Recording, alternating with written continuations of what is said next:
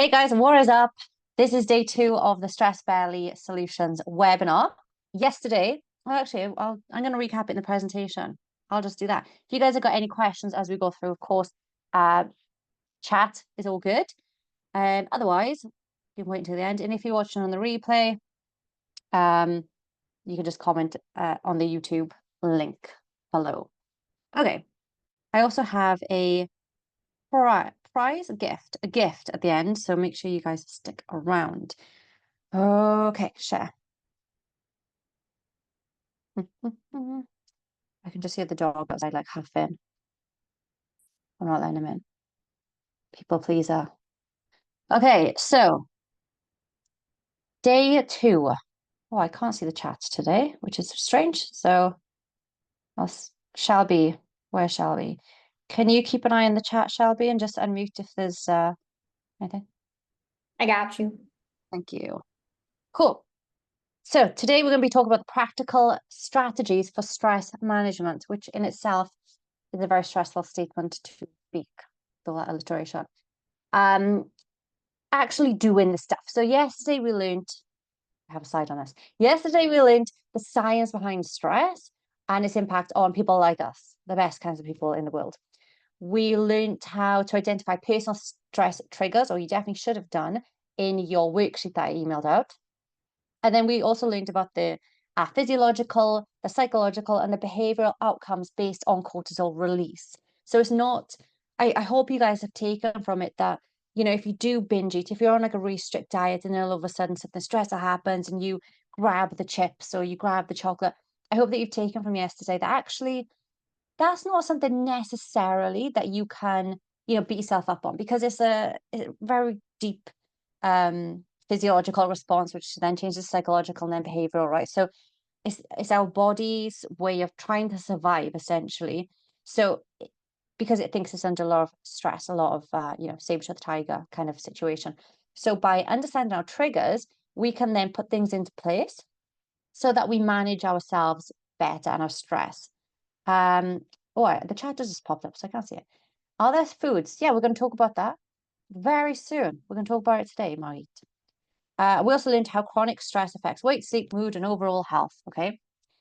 So today we're going to learn.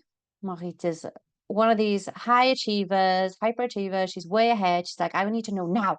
She can't wait till the next slide. Do you remember yesterday about impatience and all those kinds of things? Yeah. Okay, so tactical strategies for what you can do and implement immediately to lower stress levels. We're going to look at short and long-term approaches to stress management. And we're going to talk about nutrition, exercise, and your free gift. Your girl's got you. And if there's anything that I've missed out, feel free to ask. And if you're watching a replay, you can just pop it in the comments. And if you guys here that are live think, oh, I should have asked that, sorry, just in the YouTube, comment the question and we will get back to you. Okay, so what needs to happen? So we know what happens. Oops, where's my button gone? We know what happens when our body is in a stressful state. Cortisol gets released, and then we've got the blood sugar issues. Then we got the, oh my God, I need to go and binge. Or we understand all of this. Okay, so that's cool. We learned that yesterday. But what does the body need to do to de-stress? You can't just be like, oh, just not produce as much cortisol. When you're in that heightened state, how can we bring it down? So you need to get into a parasympathetic nervous system, a parasympathetic state. So that's like the rest and digest, like I'm cool. That will release calming neurotransmitters like GABA. It will increase oxytocin production, which is that love hormone, and reduce adrenal stimulation. So you don't need that like pump of, oh my God, I'm going to go and fight this saber-toothed tiger. Or push my dog out the way so it doesn't get run over by a car. It also obviously regulates, you need to be able to regulate blood sugar levels, bring those down. And we spoke about this yesterday with insulin as well. So this is why I you know, planned this webinar just like this so that we've got the why and now we've got the how. And hopefully you guys can take lots of information from this. So all of this basically is saying that you need to bring your nervous system back into rhythm.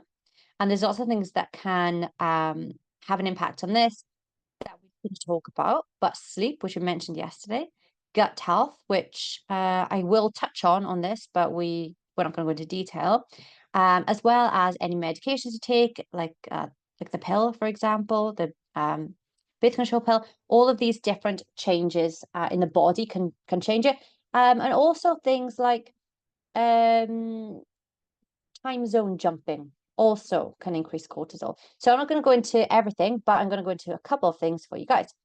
So the first three things are easy lifestyle changes that you can make to lower stress. These are the things everyone goes, oh, this is boring. I don't want to do this. Just skip to the hard parts, right? No one wants to do this stuff. But if you can't do this stuff, there's absolutely no point in doing anything else. Screw your diet. If you have got, if you can't mindfully eat, you can overeat on chicken. So not many people that do, but it is possible. So the first thing is mindful eating. Let's start here. Just let someone in here. There you go. Told you could hear the dog. Now I can't move my thing. There it is. Okay. So mindful eating, techniques to prevent stress-related overeating. So we spoke about yesterday how it's very easy to just grab your chocolate, grab your crisp, grab your chips, and just overeat because you're not being mindful. There was a study, or like an experiment, I guess it was, where they had two lots of people go into like a cinema screen or a movie theater, if you're over there. And one of them had popcorn that was in date, basically, like fresh, and some of them had popcorn that was stale. And the people that had the stale popcorn would still eat like 70 to 80%, or maybe it's 90%, almost all of basically the popcorn, despite it being stale, because they were so distracted by the movie, by the film. So that's the thing. If you are eating, guys, you should not be eating at your desk. All the workaholics now are going, oh, when am I supposed to eat? Okay, like take the time to turn off your laptop, turn off your phone. Like, don't be distracted. Don't be like, well, I've got 10 minutes. I'm going to eat and scroll through Instagram at the same time. No, we're just eating.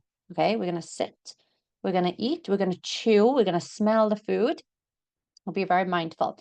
And so that means even if you are eating chocolate, is this even possible to say? You won't overeat on it. I mean, I find that difficult to believe. You got to be more aware at least. You got to be like, oh yeah, I should probably stop now. But it's so delicious, you know. But it will help reduce it. Maybe it'll prevent us a bit of a strong. And also if we recognize why we are eating, I'm actually hungry. I'm stressed. I've got a lot on. This is just the typical time I've got to eat, or the time that I have to eat, as in like I've got meetings and this is the only gap that I've got. So being mindful can sometimes be as simple as know why I'm eating. And then if it's stress, you could be like, is this really going to de-stress me though, or is it going to give me worse consequences, which we'll talk about in a bit? Would I be better to go for a walk or just to like sit and breathe for 5 minutes? Or to write a email to your boss? Healthy coping mechanisms. Writing a negative email to your boss is not one of them, but neither is emotional eating. Okay, so we're going to be looking, oh, you guys need to be having something in your life that will help you cope. So I would like to see in the chat, what is your coping mechanism right now? Be honest, it could be food, could be chocolate, it could be alcohol, could be punching a pillow. Like, let me know in the chat what it is. And I'll open the chat so I can see them. Chocolate, yes, that is me. Me to a T. Some people like to like rage dance and stuff, don't they? I think that could be helpful. Crisps and chocolate. Leaving work during my lunch break to go for a walk. Yeah, mean people can't bug me on my lunch. Yeah. Although I have got a client, Fiona, in Australia, and even when she's on walks to de-stress, she's like, her boss is ringing in. I'm like, just turn your phone off, like for 10 minutes, just turn it off. Video games, really good one. I got I'm in my sister's room here, so we've got a PlayStation all set up, ready to go. I love a video game to de-stress. I think it was called box breathing. Yes, something that we're going to talk about later. And a walk. Yeah, perfect. These are really, really good. Building a support system. So the importance of social support in stress management and in anything. There's depending on your like algorithm, right? But there's lots of things coming up in my feed. I don't know why, but it's saying something along the lines of the person that you are with, you choose to be with, is majorly important to your success. Now, if that's saying something about camp, maybe I don't know. I don't know. Maybe it's saying the again thing. But your support system matters. If you have got, I know we spoke yesterday about someone said they felt lonely going to bed. That's what they don't want to. But if you've got someone in your life, say a partner, for example, and you're like, I'm on a diet or I'm on a diet, I'm trying to do this health thing, I'm trying to do this. And they're like, Charlene, don't worry about that. You can have one's not going to hurt. Or you've got friends who say, they've one's not going to, just have one. You can have one. And they almost bribe you into it. You know, they like emotionally like push you to do what they want to do. And I think if they are not on the same uh path as you, it's very difficult for them to be able to support you, I think. Not because it's difficult because they don't know what to do, but more so because it makes them feel bad about themselves. Well, Bev is losing weight and I'm not, so I'm going to drag her down to my level. And that's not a fair thing to do. So you need a good support system. And you also need, if you struggle with something like that, to be able to say to your friends, look, practice this in your own words. I'm telling you, I don't want to do this. If you keep on, we're not going to have a conversation around this anymore. This is my boundary. Do not cross it. And I've had this conversation with family members, with friends, even with Cam. Like now, I'm on this like kick, or I'm on this aggressive diet, and he hit pizza last night. I'm like, get out! Like you're not allowed to eat that here. So having the support system is really, really important, and being able to offload to people as well. It's not moaning. It's not like, oh, it's like, do you know what? I'm really struggling with this, and ask for feedback. And this is why I am very, very protective over our busy women's group and very, very protective over our client group because some people don't have other people in their lives that can encourage them, that can bring them along on their journey, that can support them. And they haven't got the, you know, if I lost like 2 pounds or if I, you know, went up 2 kilograms in the gym or something, and I said to my mother, she'd be like, oh, that's nice. She would not give a shit. But if I said in the group, I lost 2 pounds or I've gained 2 kilograms like lifting, they'd be like, yes, well done. You know, it's the camaraderie, it's the support of the right people. So having that is really important. And then tracking progress. So monitor your stress levels and weight to identify improvements. Some people gain weight purely through stress. Like they're eating fine, then they have a really stressful day, and the next day their weight is up, even though they ate the same. This is very normal, but we need to identify what the problem is and then change it, okay? So track your progress. And also not just weight, but also mood. That's going to be another thing. And everything that we mentioned on the worksheet yesterday as well. Food, digestion is going to be really important. Your hunger, your energy, how you're lifting, your recovery, all of these things. Stress from my last job was definitely why I gained 100 pounds. Yeah, it's wild how you can just come out of there and actually like, wow, I can endure quite a lot. So yeah, definitely. And Joyce says she has chocolate, a drink, walk or chat to a friend. She's got a variety. It's good. Good to see. Okay, so practical techniques for immediate relief. You guys know you need this sometimes where you're like, oh my God, this meeting could have been an email. That guy's here. He doesn't fucking edit in. He chews with his mouth open, talks with his mouth full, and slurps on his coffee. You know, you're really angry about it. Or maybe you're on diet and your partner's not, and they're sat there eating pizza in front of you. Maybe that stresses you out also. So you need to think about a couple of these different things. So we've got breathing exercises, simple breathing techniques to calm the nervous system. So parasympathetic nervous system, get into that state and reduce stress, e.g. box breathing. Charlene, you said that, wasn't it? So this is you breathe in for 4, hold for 4, breathe out for 4. Although I will say I have read that by putting the out breath longer, it helps your nervous system better. So bear that in mind.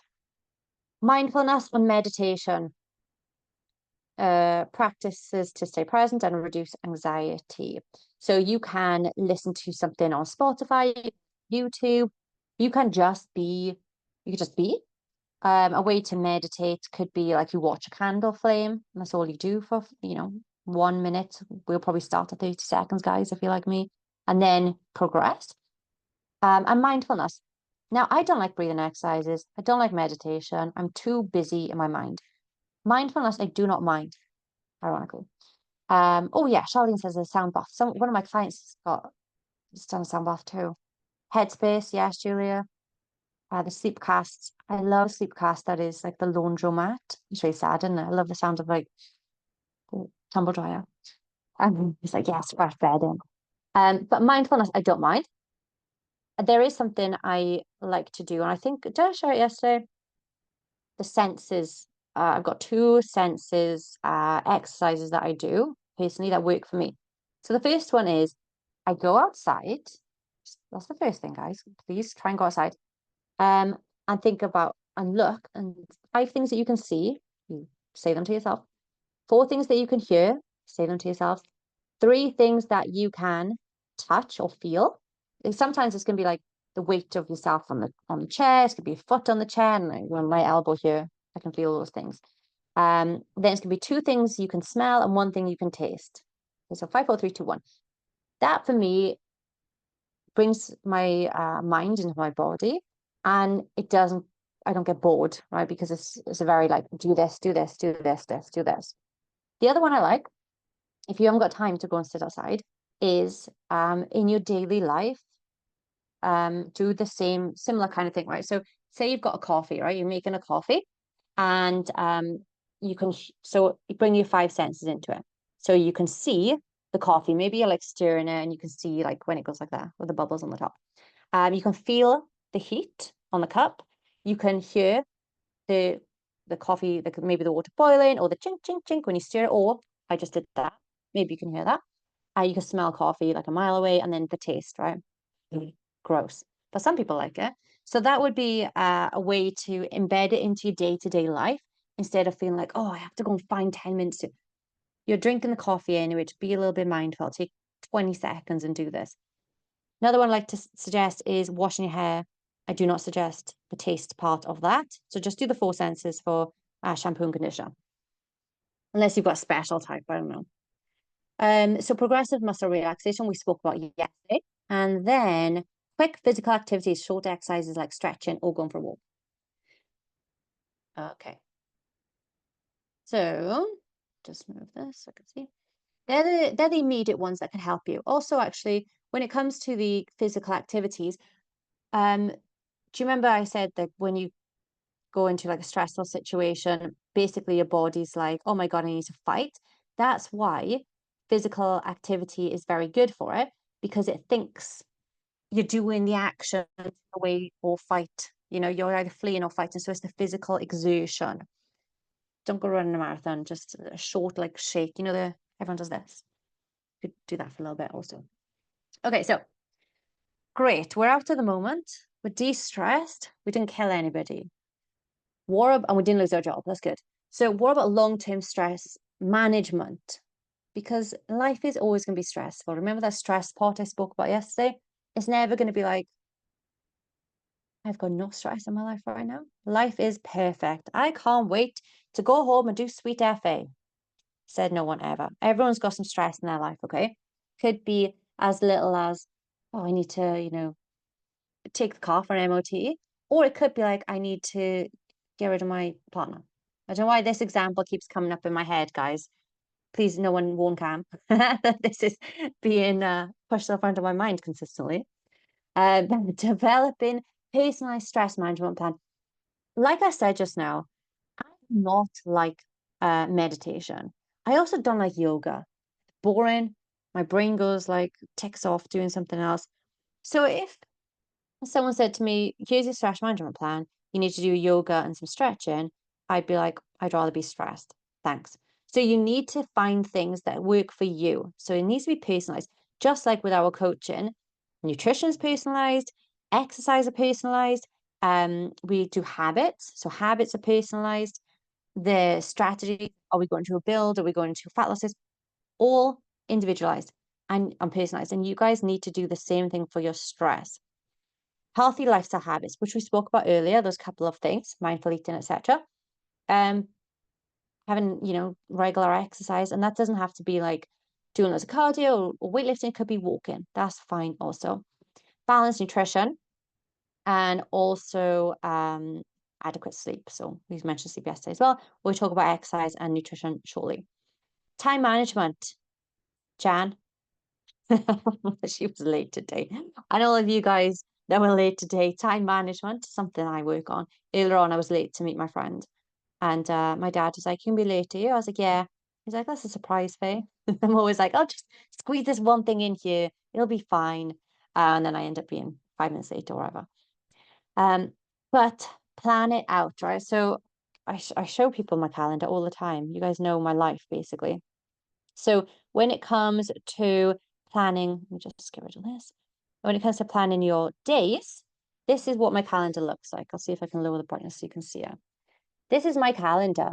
This is like literally everything I have planned in every single day.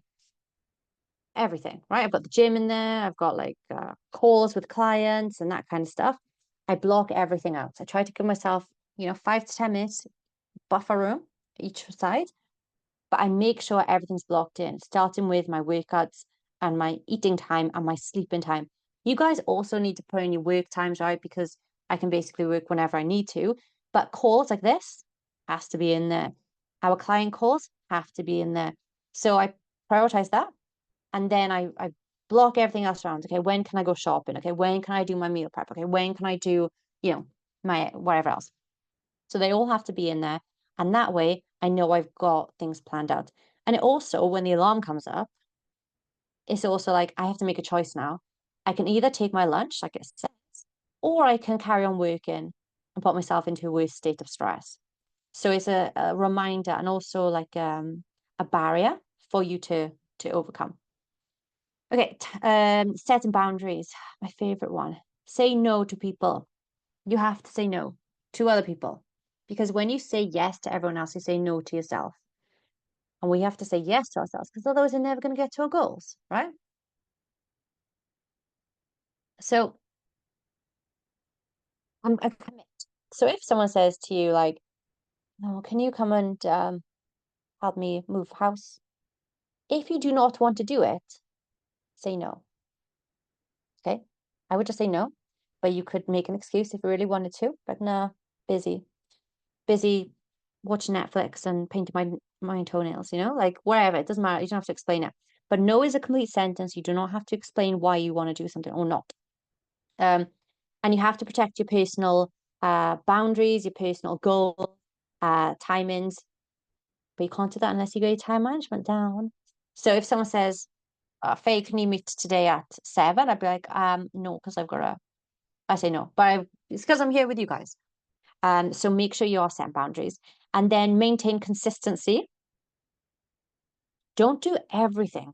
Just do one thing. And now a lot of our clients are on here and they will tell you we do like one thing and they're probably bored to shit about this one thing. But until we have nailed it, can't move on to the next one because I don't know if any of you, I'm going to start slagging off different programs now. But if any of you guys have seen like 75 Hard, where like train twice a day, read a chapter a night, make sure you go for a walk, and da da da da. It's like, yeah, great. And then after the day 76, you binge it and you're flat out, like lazed on, not doing anything. And in a week, you haven't moved from your couch. So stop going all in.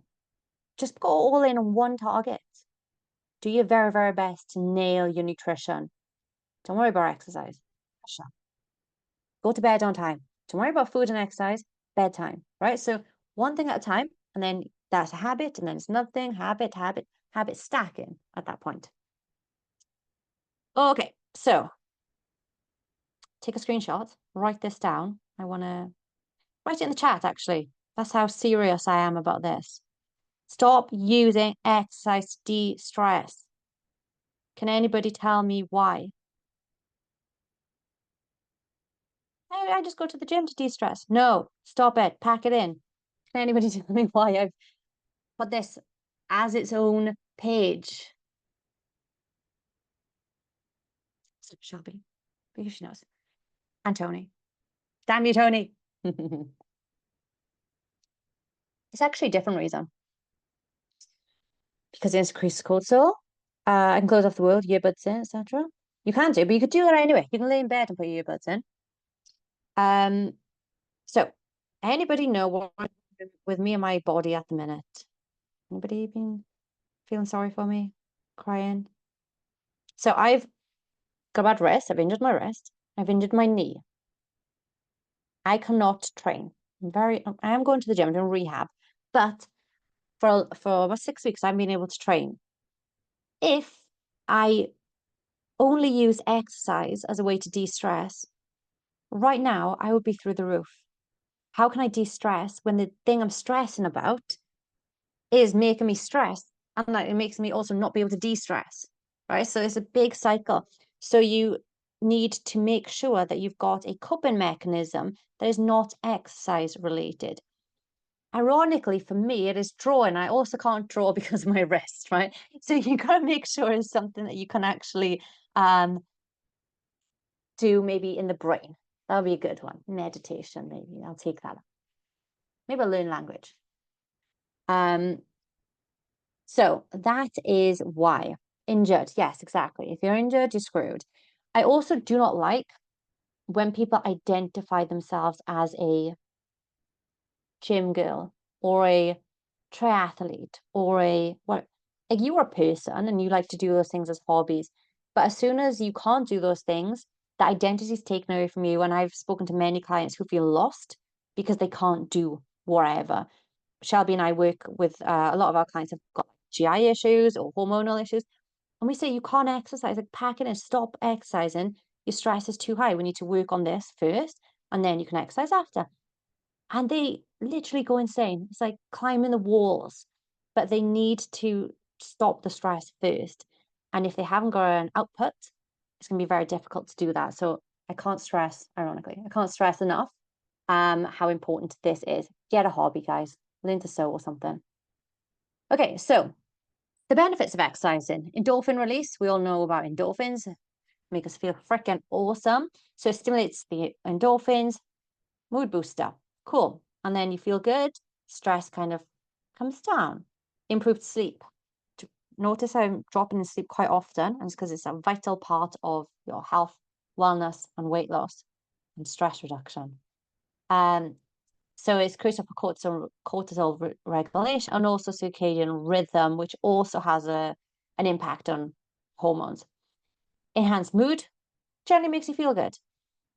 It has been proven time and time and time again that exercise is better or works better than medication for anxiety and depression. A very recent study came out actually.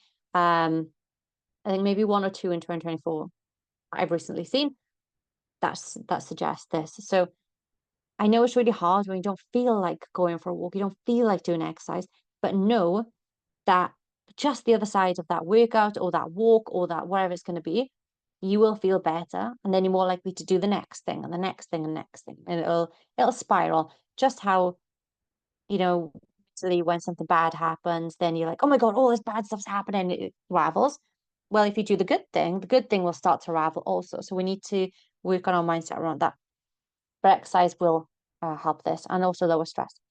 And it can raise stress resilience. So I mentioned yesterday how you've got like a level of stress resilience, and exercise can actually bump that up or lower the water in the saucepan that I mentioned, so that you can handle more and not, pasta situation.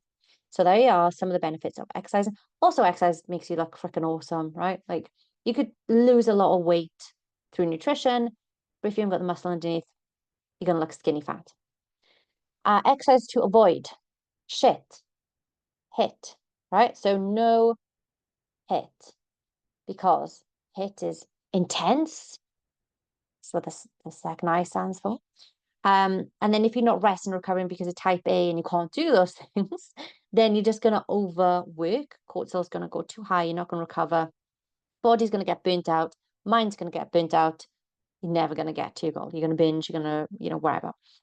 So there's that. Also, side note here, if you're doing HIIT every day, you're not doing HIIT, right? You're doing MIT maybe because you can't do HIIT every day. Your body won't take it.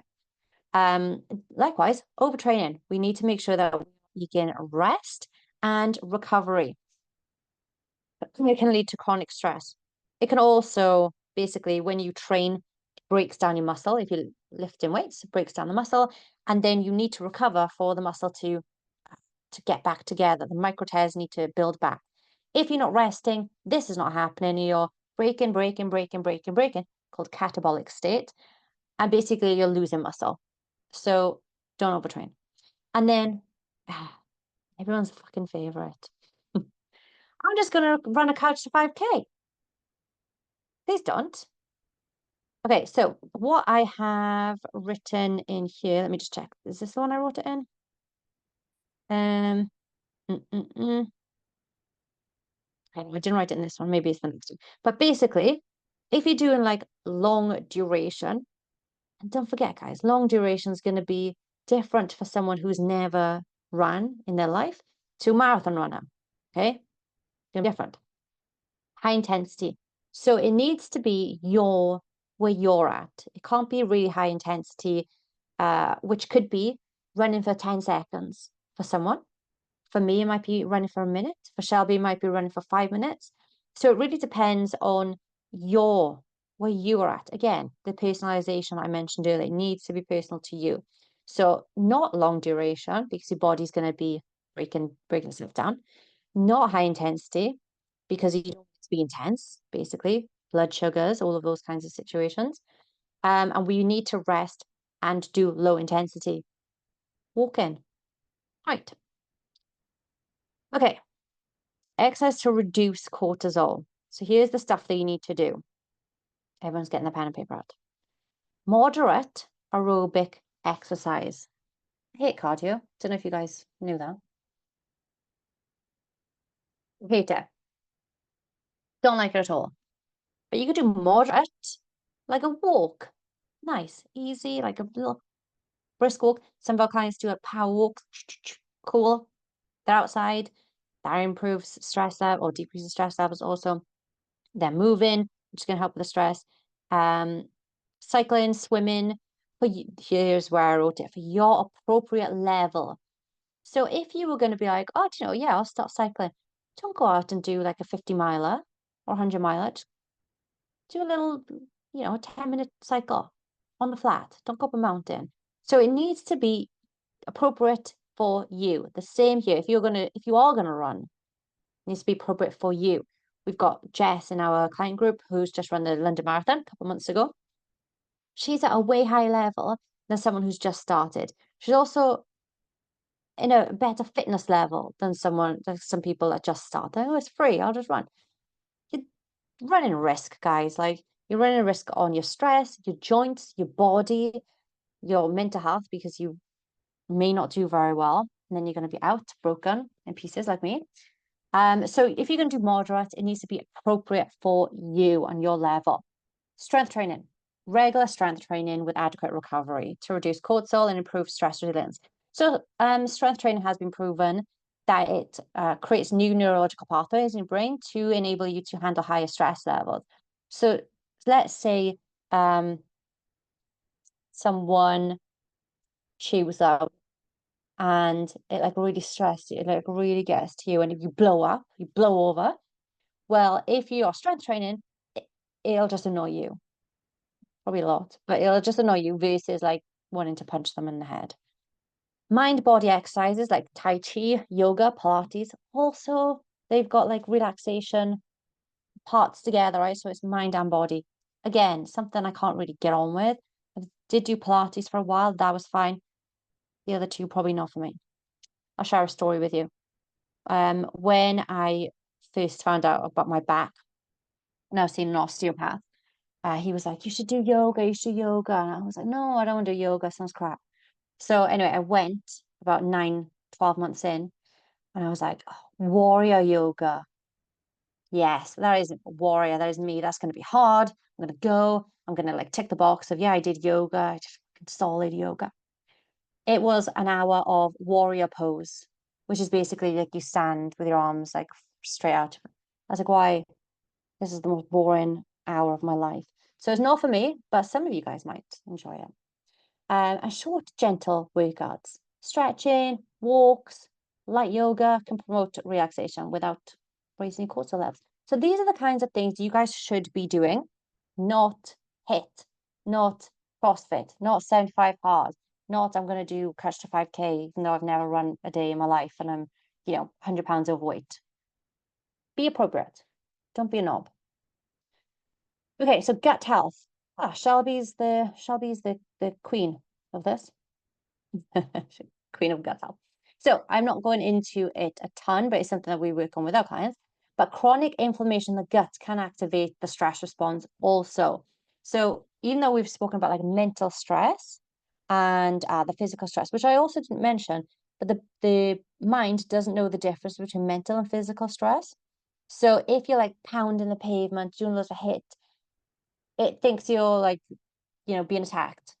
And also if you've got a job interview or you've sent that text to your ex and you're talking about him, but you accidentally sent it to him, like that is the same response. Your body will do the same thing. It doesn't know the difference. And then you've got gut health, which if you've got any like intolerances, if you eat a lot of processed foods, we'll talk about nutrition in a sec, that is all going to cause inflammation in your gut. It's going to stress your gut out. That is going to lead to stress body, stress mind. Inflammation in the gut can actually cause inflammation in your brain also, which will then lead to fatigue, low energy, mood swings, forgetfulness, brain fog, just because you've eaten something you probably shouldn't have. Okay. So I'm not going to go into too much, but I wanted to highlight this. Food and substances, which are drinks, that contribute to high cortisol. How many of these do you guys have a day? Sugar and refined carbs, bread, tortilla wraps, chips, dips, chocolate. What else? What else does normal people eat? Taco shells, yeah, pita breads, naans, all of these things will contribute to high cortisol because of the gut, right? I'm not saying cut these out completely. I'm saying that if you're eating them over and over and over all day, every day, that's where the problem's going to come in. Caffeine. We all love a tea or a coffee, or even dark chocolate. It's got caffeine in it.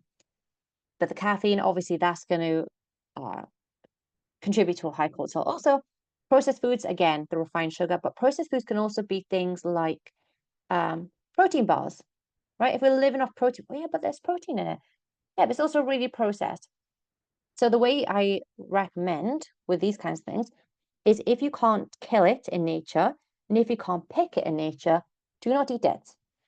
80% of your diet should be pickable, killable in nature.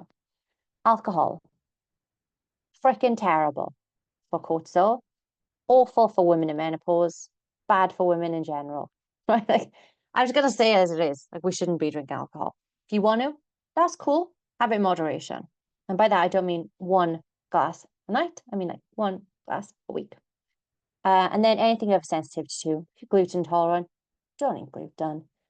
Right? Like, and actually, I will say on gluten, I think it's something like 70% of the world or 70% of the people who think they're gluten intolerant actually aren't, but it's the processedness of the food that they're eating, e.g. bread.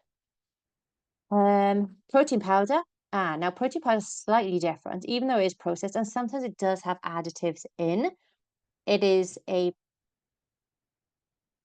pure-ish form of protein. So just be careful of the additives in it. But it is a pure whey. It's whey, basically.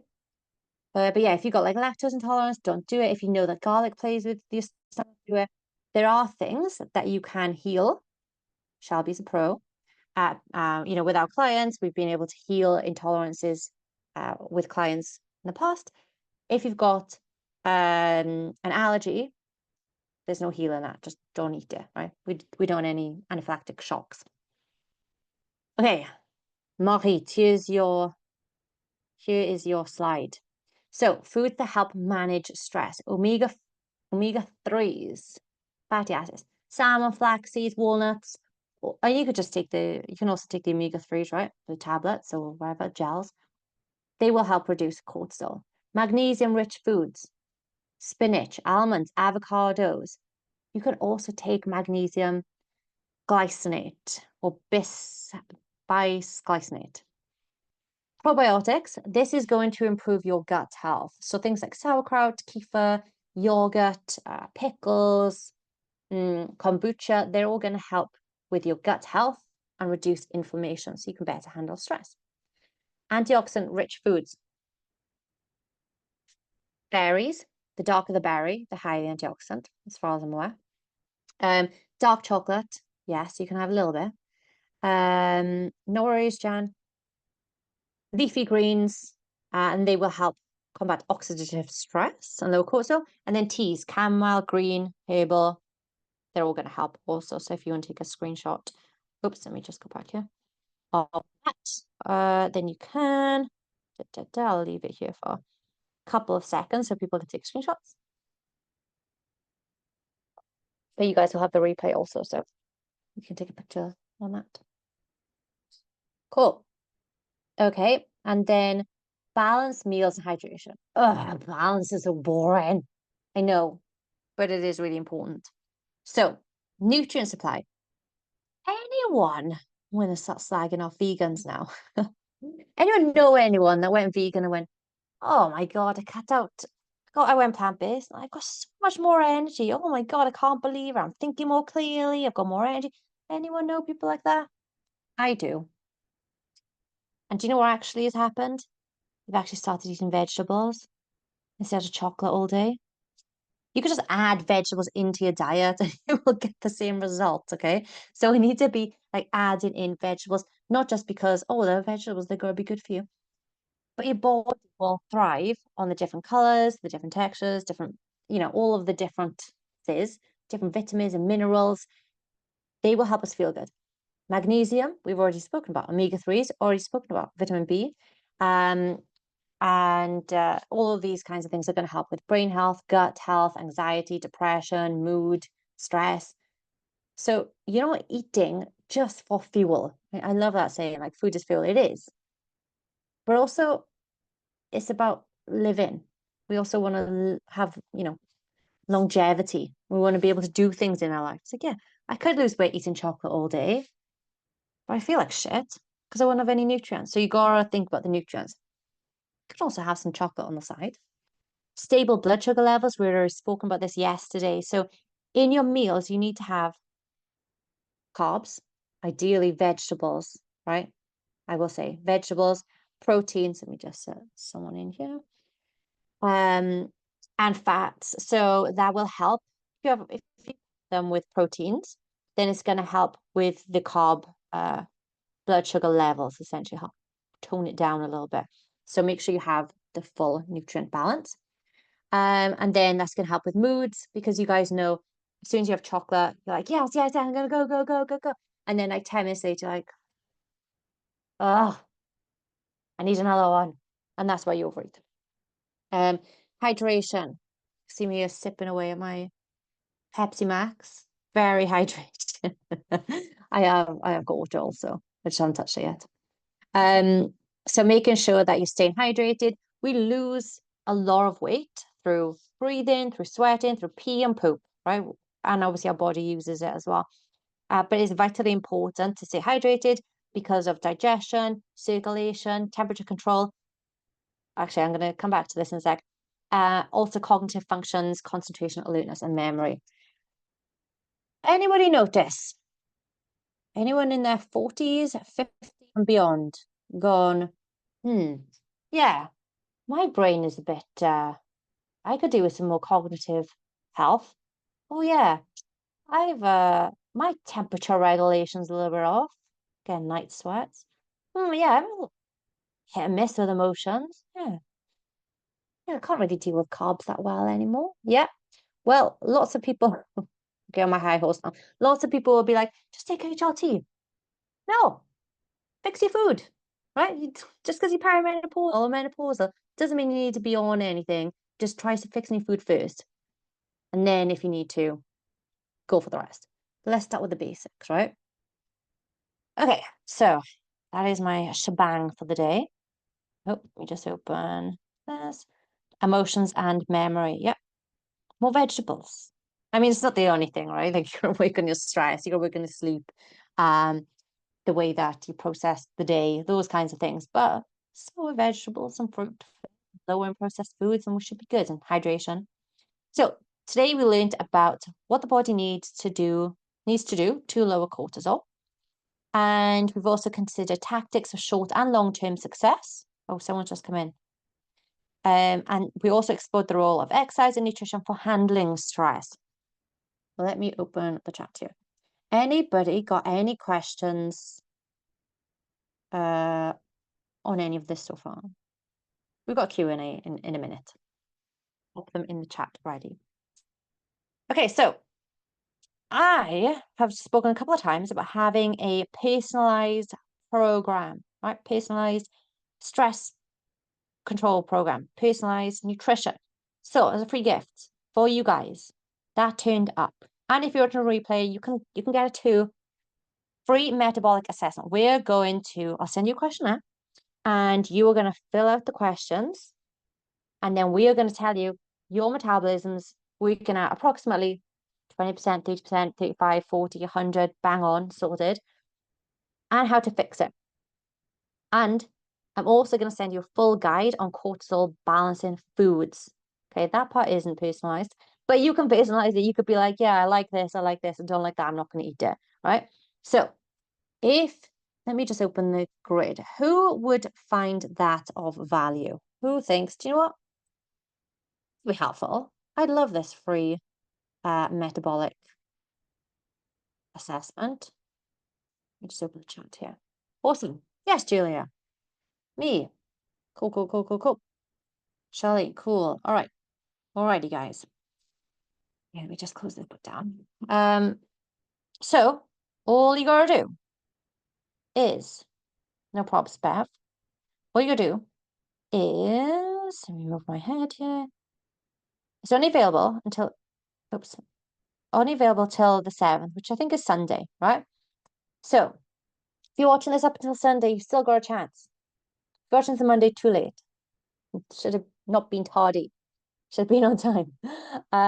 So send me a DM with the word solution, as in like stress body solution, stress belly solution.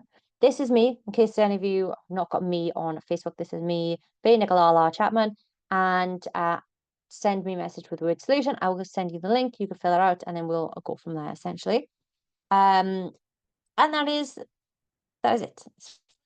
You need it. That's why you're here. And the metabolic assessment will look at other things in your life also. It's not just about cortisol, but it's more looking at like your lifestyle, where you can optimize it, where the kind of downfalls are. And by building metabolism, your stress should decrease and you should be able to burn fat and build muscle more quickly. So that is the goal. Okay, questions. Q&A. Any questions for you guys? Do you need a previous food diary for it? No, I think there's a question of it, like what does a typical day of eating look like for you? So I think you just fill that in. As far as I'm aware. No, no questions. Joyce, you got a question? Joyce? No? Just go back. That's all. Anybody? If not, great, I've done a good job. My partner runs for stress relief. Is there a way to keep running but minimize cortisol production? Yes, it will be run. And also it depends. Like if he is super stressed right now, you can run at a slower pace or less time. Just reduce the intensity, right? So it doesn't need to be like, oh, I know we run for an hour at like, I don't know, 10 miles an hour. I don't know whatever the speed is. I I don't run. But maybe then they could go to 8 or 7 miles an hour and run for 40 minutes. And the thing with this is like you want to feel almost guilty. And the same if you go and do workout, you should be like reducing your lifts. If you are burnt out, if work is like super stressful, you're not sleeping well, but you're like, I'm going to go to the gym to keep up the momentum and all that kind of stuff.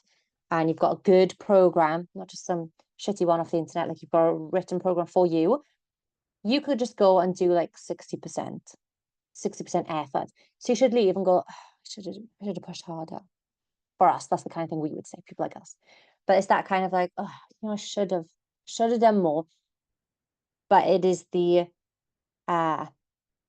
challenge is the mental challenge of not pushing yourself, which is harder for people like us than actually pushing ourselves. It's like, yeah, I can push through this. I'm gonna do it. I'm gonna do it really well. And then it's like, actually, can you still build fitness at 60% effort? Well, I would say it won't, you won't lose it, but I wouldn't say you could build as much. You could build a little bit, but then if you're running to de-stress, you're not running for fitness, right? You gotta be intentional with what you're doing also. It's like if you're dieting, right? Maybe you're dieting because, or watching your food, whatever you want to say, eating a certain way, because you want to do better in a sport versus I want to look better versus I want to balance my hormones. They're three different ways of eating. And you got to know what the goal is, the direction, in order to know which one you're kind of going for. I speak to our clients often. I say there's this triangle, right, with goals, and it doesn't matter which side the triangle is, but one of the points is aesthetics, how you look. One of the points is performance, or maybe for sports or like wherever, jiu-jitsu or Muay Thai or wherever, or running, or football or something. And then the last part is health. And for health, it means like living health, like balance of mental health and physical health, balance of lifestyle, being flexible. And so on this like triangle, you need to decide which one you're going for. And you can also be anywhere in between on this triangle also. So if you're running to decrease stress, well, I wouldn't. I would use a different form. But if I'm running generally and I'm not going for like a marathon, then you could like eat in a surplus, for example. It's like Jess, the one that ran the London Marathon. She's on this triangle, right? She's in the 4 months. She wants to do really well at the London Marathon. She did not lose weight in the training for a marathon. She was putting the miles in, didn't lose weight because that wasn't the goal. The goal was to perform better. You have to have fuel in order to perform. If you want a really flexible lifestyle where you're going out with your friends, having a drink, going out for food, on the aesthetics, like I need to look like a bikini competitor because they don't have a life. They don't have health. A lot of them don't have their periods.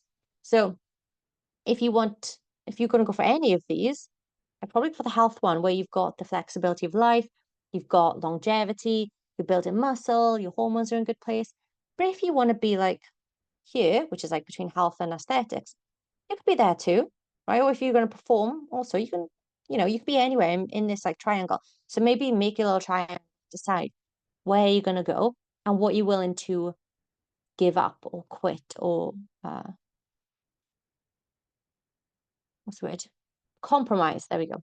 What you want to compromise on. Bikini competitors take their own food to weddings. They turn up with their Tupperware. They're like, here, I'm eating my salad here. Versus someone who has got health as the goal. They're like, yeah, I'm just gonna have a drink, champagne, whatever. Versus someone who's performing maybe might also take their food or balance it out. So you need to know what you're going for, what you're willing to compromise on. And if you're not willing to compromise, change your goal.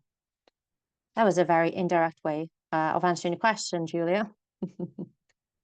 Should you stop eating at a certain time in the evening? No. Well, yes, actually, not right before bed. You don't want to eat. If you are going to bed at 10, you don't want to be eating like 5 to 10. Typically, we suggest 3 hours before bed, you stop eating. And that's not because it'll make you fat. That's a lie. It's not going to make you fat or heavy. I mean, it might make you heavy the next day because you still got food in your gut. You haven't had time to poop it out yet. But you know, like fully digest it. But if you eat any closer to bedtime, your body's still digesting, so it's not going into that parasympathetic state where you like rest and digest. So your body's not fully shutting down, which means you're not getting the full benefit of sleep, essentially. So that's the reason. Nothing to do with, you know, gaining fat. In fact, for some people, eating particular foods in the evening is better, e.g. carbs. Carbs can work better, things like turkey. They contain or some carbs contain a particular uh, compound, chemical, that helps you sleep better. So there's that. And also, if you don't eat, if you stop eating very early, maybe you're too hungry to sleep. I hate that. I'm like really hungry and Cam's like, you're not hungry. Just go to sleep. I'm too hungry to sleep. Give me some food. Right? Um, so does that answer your question, Joyce? Cool, cool, cool. Anybody else? No? Everybody's like, yep, I'm good. Cool. Well, that is it then. I hope you guys have found this really helpful, really useful. Make sure you comment and love this or like this, I guess is all you can do on YouTube for us to get help share this out also. If you want their free metabolic assessment, let us know ASAP. And if there's anything we can help you with, of course, let us know. Otherwise, thanks for joining, guys, and I'll speak to you soon. Bye.